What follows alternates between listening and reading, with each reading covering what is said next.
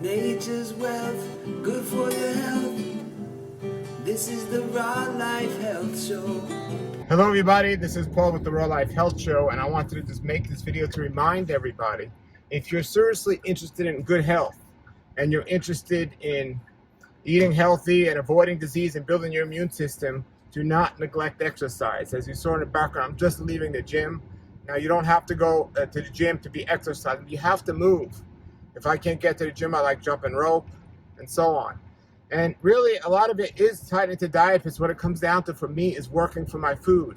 I don't like to eat if I haven't worked, meaning I like to physically do something before I eat. There's the nature. I try to relate everything back to nature. So this is, for example, I don't eat onions, because I wouldn't go in the jungle and just pick an onion and eat it like an apple. I would.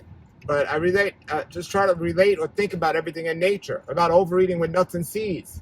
You know, it's not good to sit and eat a pound of almonds. And in nature, you would never be able to crack that many seeds or nuts in an hour and do that. But you can certainly do that and overindulge, because the machinery does these things unnaturally. So what can we do naturally, or what will we do naturally? So I got up early today. I got to the gym. I exercised. I'm breathing a little heavy now, sweating a little. I'm going to go home, maybe do some more exercise, mow a lawn or something, but then wash off and eat my breakfast. I worked for my food. I think there's too many people that get sedative and they just eat, and that's how we put on weight. But more important, that's how we get rusty. That's how our muscles get rusty. But not just that muscle, everything in our body's getting rusted. I could always say, if I miss a couple of days or even longer at the exercising, when I try to get back into it, I get sore. But when you're in it on a consistent basis, you don't get sore. And it's a great example of how many people, if they had to go run a mile or even run a block or lift some weights, they'll be so sore. It's just a sign that you're not getting enough exercise. Now, there are different types of exercise, and it's important to mix them up. Stretching, muscle building, cardiovascular. All of these are different types of exercise. And exercise is really another word for movement. And there are different things we're going to like and not like. And to be consistent and be successful at exercise, and you're going to want to do something you enjoy. For some people, that might be playing tennis. For some people, that might be swimming. For others, it might be jogging or playing basketball. For others, it might be lifting weights in the gym.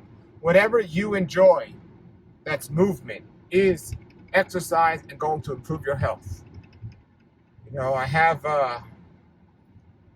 people in my family, as they're getting older, they're getting sedative in their ways and just not exercising. And, you know, I'm, for the age I am and for what I could do, you know, there are people that are just not moving their whole lives. And for a long time, from an exercising or working out standpoint, they can't do as much. And when we look at the overall immunity of the body and health, this is essentially important.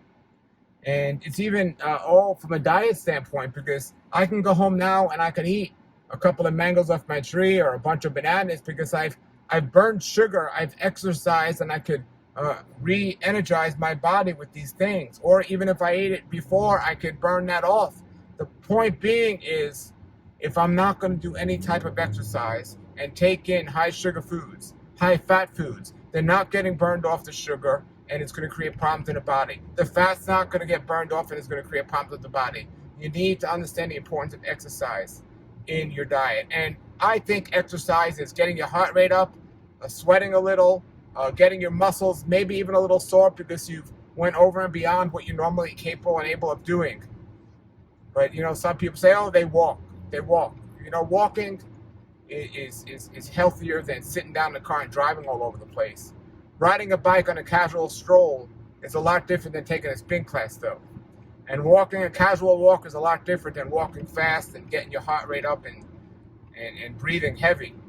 So I think walking is great, but if you want to do it as a form of exercise, a casual stroll is not really exercise. So don't deceive yourself. A casual bike ride or going real slow is not really the exercise that I'm talking about here. But really put an effort into it. Get that heart rate up. And not only will you be healthier and will your immune system be stronger, but overall you'll just feel better. You know, some people need an alarm clock or some other things or coffee to stimulate them and get them up and keep them up. For me, it's exercise. You know, when I went in the gym today, I wasn't as awake as I am now when I came out. And it's something to consider. I mean, mentally, I'm clearer. I feel better physically, and it's a good thing. You know, it's really nice, and it really helps tell you about your body too and what's going on in your body. For example, I'm used to, like, let's say I'm lifting weights over my head. If I go to the gym and something happens to my shoulder, whether I slept the wrong way or I hurt it in a bigger injury, I can't lift the weights over my head. It helps me to address the situation where something is going on. And then I could look further investigation and find out why was I able to lift weights this way last week and this week I can't? What's the problem? So it helps you to identify some situations in the body as well.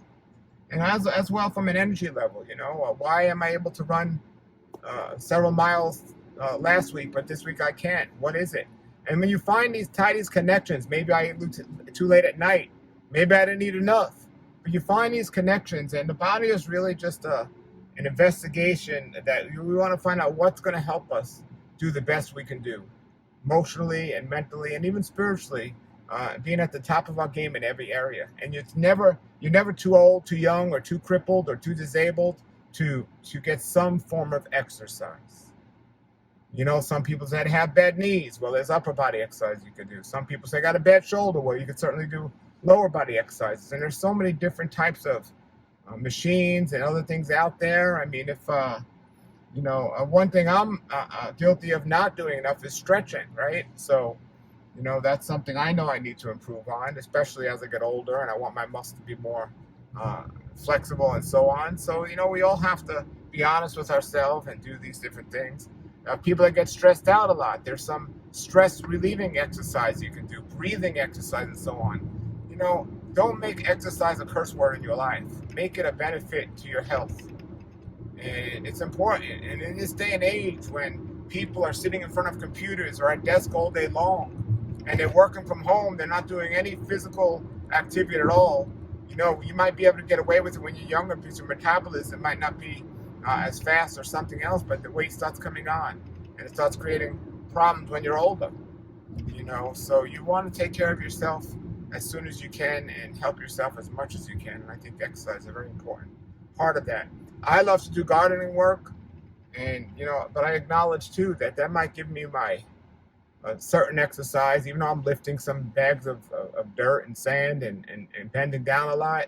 It might give me definitely cardiovascular abilities because, you know, pushing them one low around a big yard is definitely a workout. But you know, I don't want to neglect the other exercises. So maybe if I see a tree, I'll do some pull-ups. You know, they try to get the muscle building exercise in there, or jump rope or do some push-ups. Some people prefer to work out in nature, and that's the way they do it. You know, some people want to go to the beach and exercise. So there's different ways and different things, and I find mixing it up and finding out what we love to do is such a great thing. But, you know, those of you that have been following my videos for years know that, you know, I am always promoting exercise. I think it's really important, but I also think it's fun. I think it's healthy. I think it's wise. And I think people should do it. I don't think people do it enough. And it's really when people call me and they're sick or something's going on, I always ask them, how much do you exercise? Or how much have you exercised? Because by that point, people usually have something that's not going good in their body. And they say, well, I can't exercise because then they give me all the excuses. And I'm like, well, you know, forget the excuses. You know, you didn't exercise when you were so-called healthy, and now you're sick, you're not exercising. So your sickness is really not the reason you're not exercising, because if it was, you would have been exercising when you were healthy. So what is the real reason? The real cause is an emotional barrier or a block that's keeping you from exercising and doing certain things. So get out there and sweat and get your heart rate up, folks. I want to encourage you.